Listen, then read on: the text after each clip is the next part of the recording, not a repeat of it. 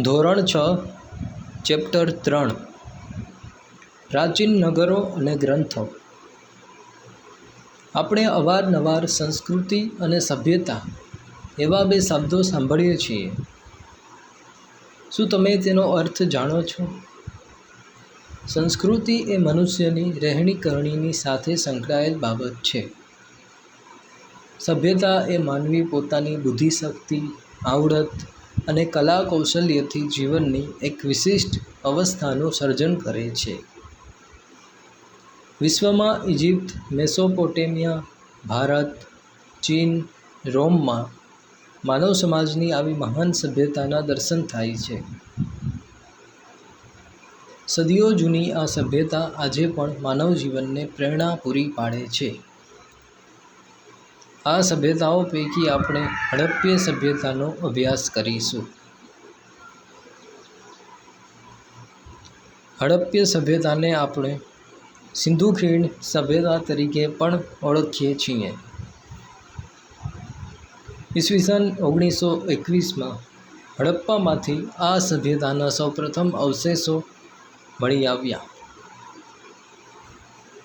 ભારતના ઉત્તર પશ્ચિમ ભાગમાં ફેલાયેલી સભ્યતાના અનેક સ્થળોમાં હડપ્પા, મોહેંજો-દડો, લોથલ, ધોળાવીરા, કાલીબંગાન, રાખીગઢી વગેરેનો સમાવેશ થાય છે. નકશામાં હડપ્પીય સભ્યતાના સ્થળો દર્શાવ્યા છે, તે જુઓ. તેમાંના કેટલાક મુખ્ય નગરોની નગરરચના અને તેમની વિશેષતાઓનો પરિચય મેળવીએ. ચર્ચા કરો. હડપ્પીય નગરો અને આજના નગરોની તુલના.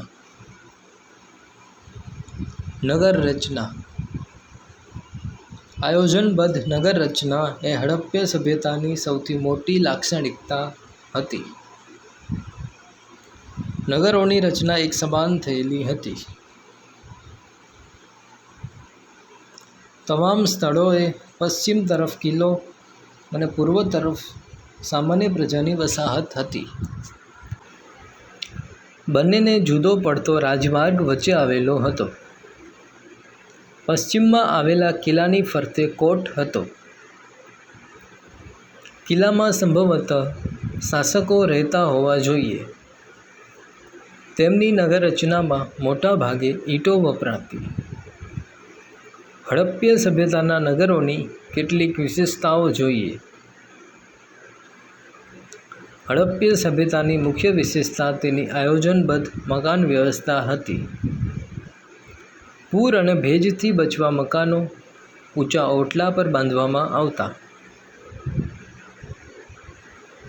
અહીંના મકાનોની એક વિશેષતા એ હતી કે મકાનના દ્વાર મુખ્ય રસ્તા પર પડવાને બદલે અંદરની તરફ પડતા. અહીં 1 અને 2 માળના મકાનો જોવા મળતા હતા. અહીંના રસ્તાઓ સુવિધાજનક હતા. શહેરના મુખ્ય 2 રાજમાર્ગો, એક ઉત્તરથી દક્ષિણ અને બીજો પૂર્વથી પશ્ચિમ જતો.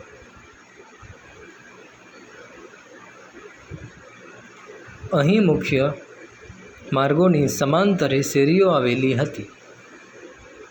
રસ્તાઓ એકબીજાને કાટખૂણે કાપતા. રસ્તા અને શેરીઓનું આયોજન એ રીતે કરવામાં આવેલું હતું કે સમગ્ર નગર ચોરસ અને લંબચોરસ વિભાગોમાં વહેંચાઈ જાય. જાહેર રસ્તાઓ પર રાત્રિ પ્રકાશની વ્યવસ્થાના પુરાવા પણ પ્રાપ્ત થયા છે. હડપ્પાકાલીન સભ્યતાના લોકોના વપરાશના પાણીના નિકાલ માટે અત્યંત વિકસિત અને પદ્ધતિસરની વ્યવસ્થા હતી. દરેક મકાનનું પાણી નાની ગટરમાં અને નાની ગટરમાંથી પાણી મોટી ગટરમાં જતું. મોટી ગટરમાંથી પાણી નગરની બહાર જતું. મોહેંજો-દડોમાં એક જાહેર સ્નાનાગાર મળી આવ્યું છે. આ સ્નાનાગારની વચ્ચે સ્નાનકુંડ છે. સ્નાનકુંડમાં ઉતરવા માટે 2 બાજુએ પગથિયાની વ્યવસ્થા છે. સ્નાનકુંડની ફરતે વસ્ત્રો બદલવા ઓરડીઓ છે. ઉત્સવ કે ધાર્મિક પ્રસંગોએ આ જાહેર સ્નાનાગરનો ઉપયોગ થતો હશે. આ ઉપરાંત મોહેંજો-દડોમાંથી મળી આવેલ સ્તંભવાળા મકાનને સભાગૃહની ઓળખ આપવામાં આવી છે. હડપ્પા પંજાબના મોન્ટગોમરી જિલ્લા હાલ પાકિસ્તાનમાં આવેલ પુરાતત્વીય સ્થળ છે. હડપ્પા સિંધુ ખીણ સભ્યતાનું મુખ્ય નગર હશે. અહીંની મુખ્ય વિશેષતા તેના અન્ન ભંડારો છે. અહીં રાવી નદીના કિનારે 12 જેટલા અન્ન ભંડારો મળી આવેલ છે. લોથલ અમદાવાદ જિલ્લામાં ધોળકા તાલુકામાં ભોગાવો નદીના કિનારે આવેલ છે. લોથલ પ્રાચીન સમયમાં એક વેપારી બંદર અને ઔદ્યોગિક નગર હતું. લોથલમાં ઈંટોનું બનેલું એક માળખું મળી આવ્યું છે. તેને ધક્કો ડોકયાર્ડ માનવામાં આવે છે. તે અહીં આવતા વાહનોને લંગારીને માલ સામાન ચડાવવા ઉતારવાના કામ માટે ઉપયોગમાં આવતું હોવાનું માની શકાય. આ ઉપરાંત અહીં વખારો અને મણકા બનાવવાની ફેક્ટરી મળી આવેલ છે. જેથી કહી શકાય કે લોથલ પ્રાચીન ભારતનું સમૃદ્ધ બંદર હશે અને હડપ્પીય સભ્યતાનો આંતરરાષ્ટ્રીય વેપાર લોથલના બંદર મારફત થતો હશે. ધોળાવીરા કચ્છ જિલ્લામાં ભચાઉ તાલુકામાં ખદીર બેટ વિસ્તારમાં આવેલ પુરાતત્વીય સ્થળ છે. સામાન્ય રીતે હડપ્પા નગરો 2 ભાગમાં વહેંચાયેલ છે, જ્યારે ધોળાવીરાનું નગર 3 ભાગમાં ત્રિસ્તરીય છે. પહેલું કિલ્લો સિતાડલ, બીજું ઉપલું નગર, ત્રીજું નીચલું નગર.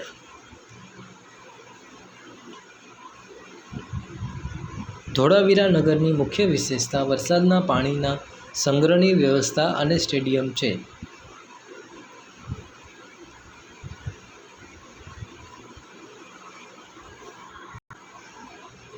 રાજસ્થાનનું કાલીબંગન નગર હડપ્પા સભ્યતાની કૃષિ ક્રાંતિનું મુખ્ય મથક હતું. અહીં ખેડેલા ખેતરોના અવશેષો તેની સાબિતી પૂરી પાડે છે. અહીં મળી આવેલા તાંબાના અવશેષોએ પુરવાર કરે છે કે અહીં તાંબાના ઓજારોનું નિર્માણ થતું હશે અને આ ઓજારો કૃષિ ક્ષેત્રે ઉપયોગમાં લેવાતા હશે. આમ સિંધુ ખીણ સભ્યતાનું નગર આયોજન સુવ્યવસ્થિત, સુંદર ઇજનેરી કળા ધરાવતું, આયોજનબદ્ધ અને કૌશલ્યયુક્ત હતું. તેમાં તે વખતના શાસક વર્ગની શાસન શક્તિ, ઇજનેરોની બુદ્ધિમત્તા અને કારીગરોની કલા શક્તિનું અદ્ભુત પ્રતિબિંબ પડે છે. હડપ્પા સભ્યતાનું આર્થિક જીવન. સિંધુ ખીણ સભ્યતાના લોકો ખેતી, પશુપાલન, વેપાર, હુનર ઉદ્યોગ જેવા વ્યવસાયો કરતા હતા.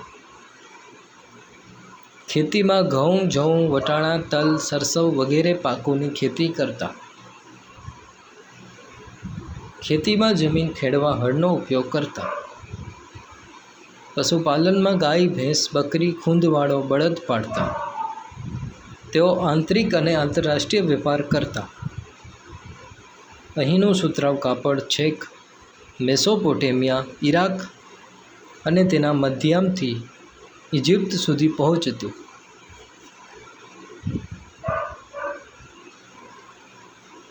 એમ ઇતિહાસકારો માને છે. આ ઉપરાંત તેમના અન્ય વ્યવસાયોમાં માટીકામ, ધાતુકામ, મણકા બનાવવાની કલા, શિલ્પકલા વગેરેનો સમાવેશ થતો. હડપ્પા સભ્યતાનું સમાજ જીવન.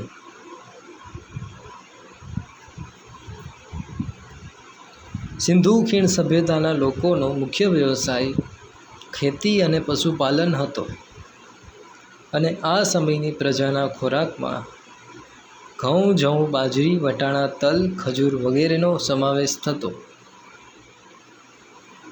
પશુપાલનના કારણે તેમના ખોરાકમાં દૂધ, દૂધની બનાવટોનો સમાવેશ થતો. આ સભ્યતાના અવશેષોમાં માછલી પકડવાના હૂક, ગલ, મળી આવ્યા છે. તેથી ખોરાકમાં માછલીનો પણ સમાવેશ થતો હશે.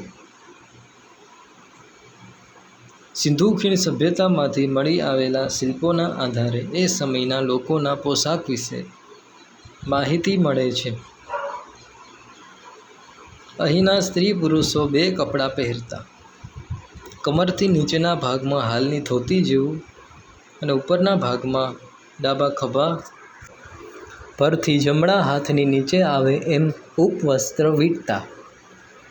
મુખ્યત્વે તેઓ સુતરાઉ કાપડનો ઉપયોગ કરતા અને ઊની વસ્ત્રથી પણ પરિચિત હતા. ધાતુ તથા હાથી દાંતની બનેલી મળી સોયના આધારે અનુમાન થાય છે કે તેઓ સીવીને કપડાં પહેરતા હશે. આમ છતાં મોટા ભાગના લોકો સીવ્યા વિનાના કપડાંનો ઉપયોગ કરતા હશે. આ સમયના લોકો આભૂષણોમાં કંઠહાર, ગળાનો હાર, હાથમાં વીંટી, કાંડામાં કડા સ્ત્રી અને પુરુષ બંને પહેરતા.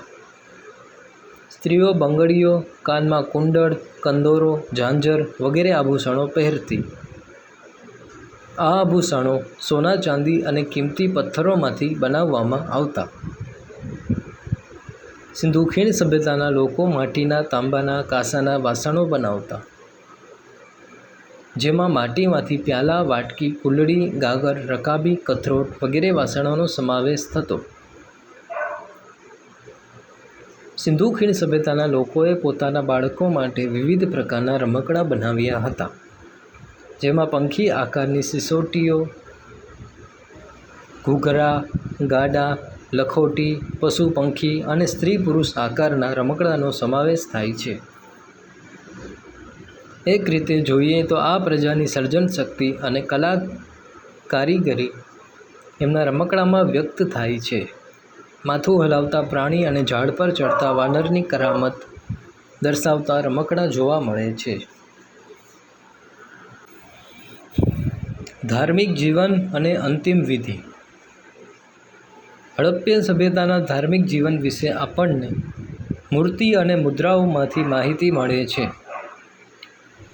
મૂર્તિઓમાં માતૃકા દેવીની મૂર્તિઓને ઇતિહાસકારો ધરતી માતાનું પ્રતીક ગણે છે. એટલે કે હડપ્પીય સભ્યતાના લોકો ધરતી પૂજા સવિશેષ કરતા હશે. કારણ કે ધરતી અન્ન અને પાણી આપે છે. આ ઉપરાંત તેઓ વૃક્ષ પૂજા, પશુ પૂજા, નાગ દેવતા, સ્વસ્તિક પૂજા કરતા હશે. લોથલ અને કાલીબંગાનમાં અગ્નિ પૂજાના અવશેષો પ્રાપ્ત થયા છે. હડપ્પીય સભ્યતાના લોકો મૃત્યુ પામનાર મનુષ્યને દાટતા હશે અને ઘણી જગ્યાએ અગ્નિ સંસ્કારના પુરાવાઓ મળ્યા છે. તેઓ મૃતકને દાટતા અને તેની સાથે કેટલીક વસ્તુઓ પણ મૂકતા, જે તેમના મૃત્યુ પછીના જીવનની તેમની કલ્પના બતાવે છે. કવિ, લિપિ અને ભાષા.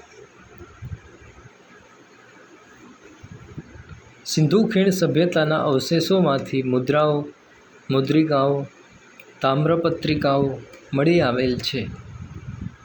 તેમના ઉપર કોઈ વણ ઉકેલાયેલી રહસ્યમય ભાષામાં લિપિબદ્ધ લખાણ જોવા મળે છે. જો કે આ લખાણો ટૂંકા છે. માત્રાવાળા અક્ષરો અને જોડાક્ષરો જોવા મળે છે. આ લિપિ ઉકેલવા ઘણા પ્રયત્નો થયા છે, પરંતુ તેમાં હજુ સફળતા મળી નથી. ગુજરાતમાં હડપ્પીય સભ્યતાના સ્થળો. ગુજરાતમાં અમદાવાદ જિલ્લામાં રંગપુર અને લોથલ, રાજકોટ જિલ્લામાં રોજડી, શ્રીનાથગઢ, કચ્છ જિલ્લામાં દેસલપર, ધોળાવીરા, સુરકોટડા, જામનગર જિલ્લામાં લાખાબાવળ, આમરા, ભરૂચ જિલ્લામાં કીમ નદીના કિનારે ભાગા તળાવ વગેરે પ્રદેશોમાં હડપ્પીય સભ્યતાની નાની મોટી વસાહતો મળી આવી છે.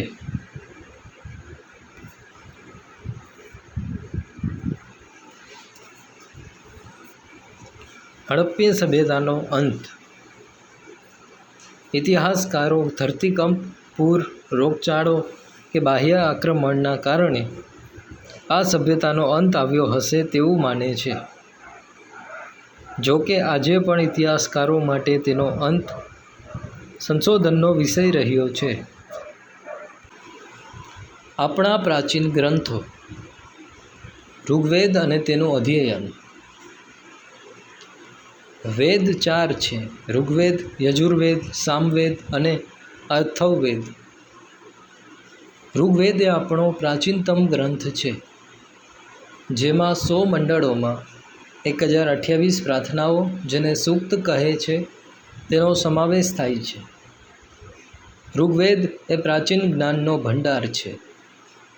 તે પ્રાચીન સંસ્કૃત કે વૈદિક સંસ્કૃત ભાષામાં લખાયેલ છે.